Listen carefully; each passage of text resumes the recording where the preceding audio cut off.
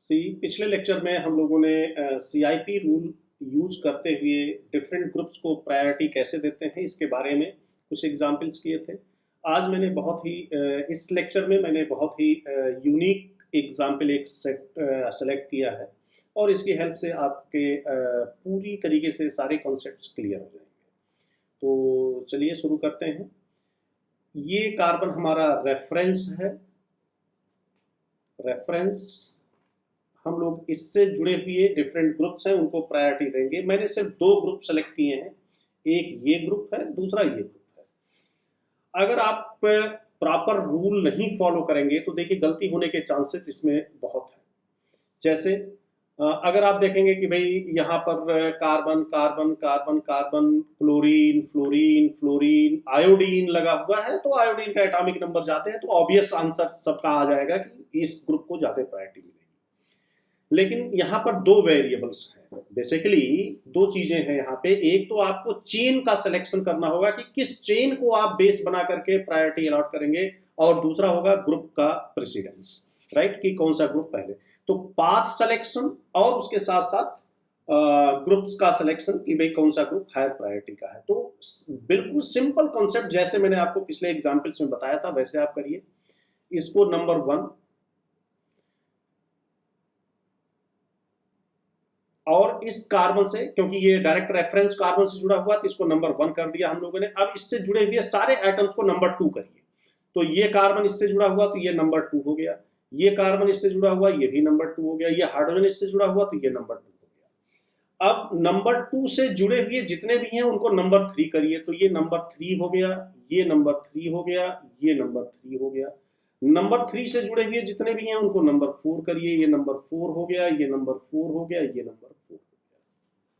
अब आप आइए इस चेन पर। 2 से जुड़े हुए जितने भी हैं उनको 3 करिए। ये 3 हो गया, ये 3 हो गया, और ये भी 3 हो गया। और 3 से जितने भी जुड़े हुए हैं उनको 4 करिए। तो ये 4, ये 4, ये 4। ठीक है, तो एक ग्रुप को हमने, ये पूरा का पूरा एक ग्रुप माना जाएगा। ठीक है, ये पूरा का पूरा एक ग्रुप माना जाएगा। यहां से यहां तक ये पूरा एक ग्रुप है और ये पूरा का पूरा एक ग्रुप है। इसमें हमें प्रायोरिटी अलॉट करनी है। Number 1 because this is reference, so this is number 1, this is number 2 and this is number 2 and this is number 2। ठीक है, नंबर 2 से जितने भी जुड़े हुए हैं नंबर 3, नंबर 3, नंबर 3, नंबर 3 से जितने जुड़े हुए हैं नंबर 4, नंबर 4, नंबर 4, नंबर 1 से जितने जुड़े हुए थे नंबर 2, नंबर 2 से जितने जुड़े हुए हैं नंबर 3, 3, 3, 3 एंड 4, 4, 4। तो इस तरीके से आपने नंबर सारे एटम्स को क्या कर दिया, अलॉट कर दिया। अब अगले स्टेप पर आइए, इसका नंबर 1 और इसके नंबर 1 को कंपेयर करिए। तो यहां पर C1 है और यहां पर भी C1 है, यानी 1 नंबर पर कार्बन है, 1 नंबर पर कार्बन है। तो इसको थोड़ा दूसरे तरीके से लिखते हैं हम लोग। नंबर 1 यहाँ पर हमारे पास C है और इस ग्रुप के लिए भी नंबर 1 हमारे लिए क्या है, C है, राइट। इतनी बात क्लियर हो गई। अब आइए नंबर 2 पे। नंबर 2 पे आपको इधर भी कार्बन मिल रहा है, इधर भी कार्बन मिल रहा है, और यहां पर भी नंबर 2 पर कार्बन मिल रहा है, कार्बन मिल रहा है। तो नंबर 2 पर भी कार्बन है, नंबर 2 पर भी कार्बन है। 2 पर हाइड्रोजन भी है, लेकिन हाइड्रोजन को आप छोड़ दीजिए क्योंकि ये तो ऐसे ही लीस्ट प्रायोरिटी का ग्रुप है।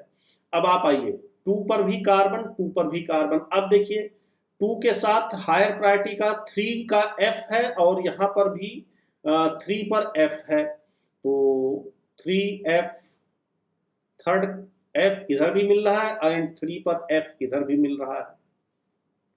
और 3 पर थर्ड नंबर पे कार्बन मिल रहा है, तो थर्ड नंबर पर 3F and 3C, 3F and 3C। ये किधर मिल रहा है, जब हम लोग इधर की तरफ मूव कर रहे हैं, इधर की तरफ मूव कर रहे हैं, जब हम इधर की तरफ मूव कर रहे हैं। और इधर की तरफ हमें क्या मिल रहा है, इधर की तरफ हमें ब्रोमीन मिल रहा है, थर्ड पर ब्रोमीन, और इधर की तरफ हमें थर्ड पर क्या मिल रहा है, फ्लोरीन एंड कार्बन। इधर की तरफ fluorine and fluorine 3 and carbon. ठीक है। और इधर की तरफ हमें क्या मिल रहा है, नंबर 3 पर ब्रोमीन मिल रहा है। नंबर 3 पर क्या मिल रहा है, ब्रोमीन। तो अब पहले आप ये डिसाइड कर लो कि आपको इधर की तरफ मूव करना है कि इधर की तरफ, कौन सा path. So this is path 1 and this is path 2। तो अब इसमें से कौन सा पाथ ज्यादा प्रेफरेंशियल होगा, तो पाथ 2 इज प्रेफरेंशियल, है प्रेफरेंस ओवर द पाथ 1। तो क्या करना है बच्चों, हम लोग अब इधर की तरफ मूव नहीं करेंगे, इधर की तरफ मूव नहीं करेंगे, इसको छोड़ देंगे, एज इट इज छोड़ देंगे। यहां पर भी अगर आप देखें तो नंबर 2 पर आपको ब्रोमीन मिल रहा है, और यहां पर नंबर 2 पे फ्लोरीन कार्बन, और यहां पर नंबर 2 पे ब्रोमीन एंड कार्बन। तो इसका भी ये पाथ प्रिफर्ड होगा, ये पाथ प्रिफर्ड होगा इस पाथ से। तो इसमें भी अगर ये पाथ 1 है, पाथ 1 है और ये पाथ 2 है, तो path 2 is preferred over path 1। तो बच्चों पहले ये क्लियर कर लिया हम लोगों ने कि पाथ 2 और पाथ 1 में ये पाथ प्रिफर किया जाएगा, तो हम इसको छोड़ देंगे, इसकी तरफ नहीं जाएंगे। ठीक है। तो इस तरीके से कॉम्प्लेक्स लिगेंड्स में, कॉम्प्लेक्स ग्रुप्स में हम लोग पहले पाथ डिसाइड कर लेंगे कि किधर की तरफ। अब देखिए आयोडीन भले इधर लगा हुआ है, लेकिन अब हमें उधर मूव ही नहीं करना है, अब हमें इधर की तरफ मूव करना है, क्योंकि ये हमने डिसाइड कर लिया कि this path is preferred over this path and here this path is preferred over this path. ये किसके बेसिस पर हम लोगों ने डिसाइड किया है, ये बच्चों डिसाइड किया है हम लोगों ने यहां पर ब्रोमीन और यहां पर fluorine, bromine versus fluorine. So this is the path decider, path decider.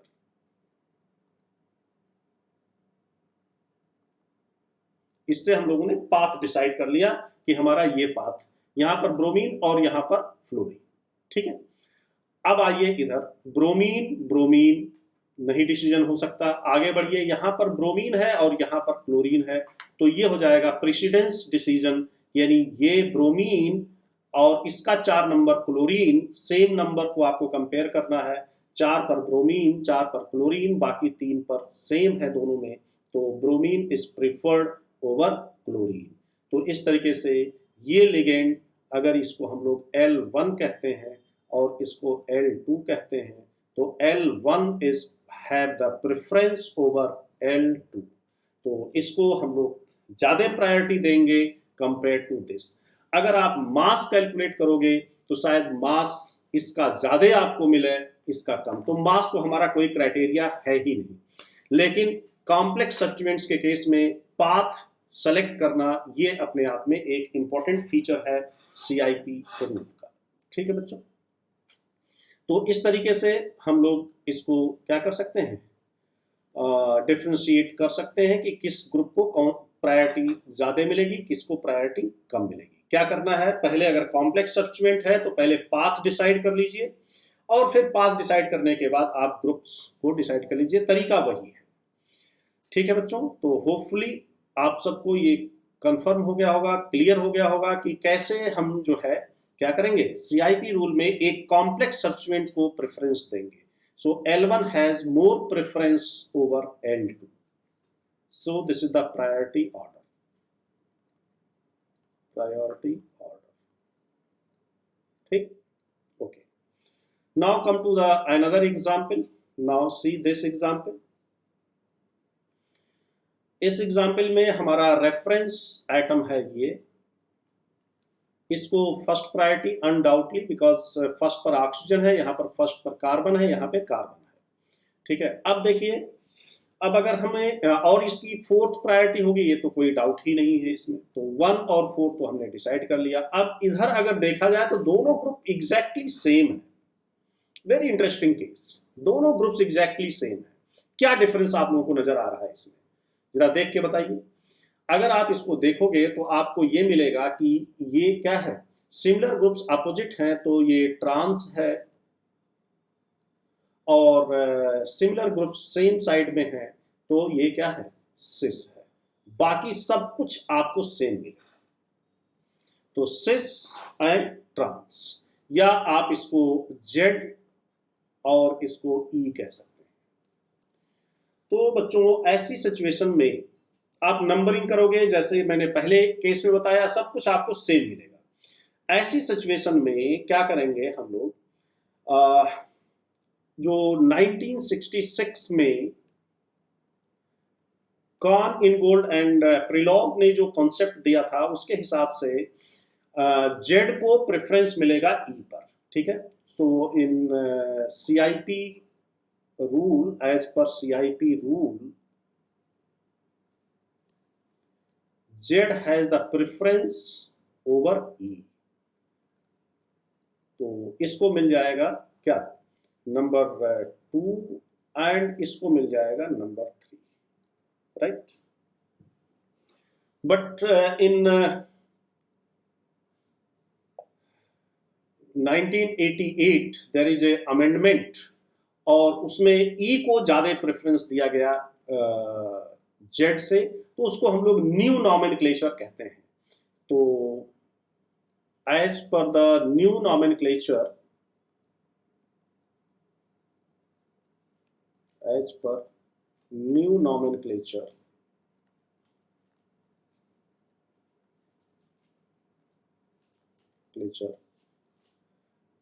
E has preference over Z.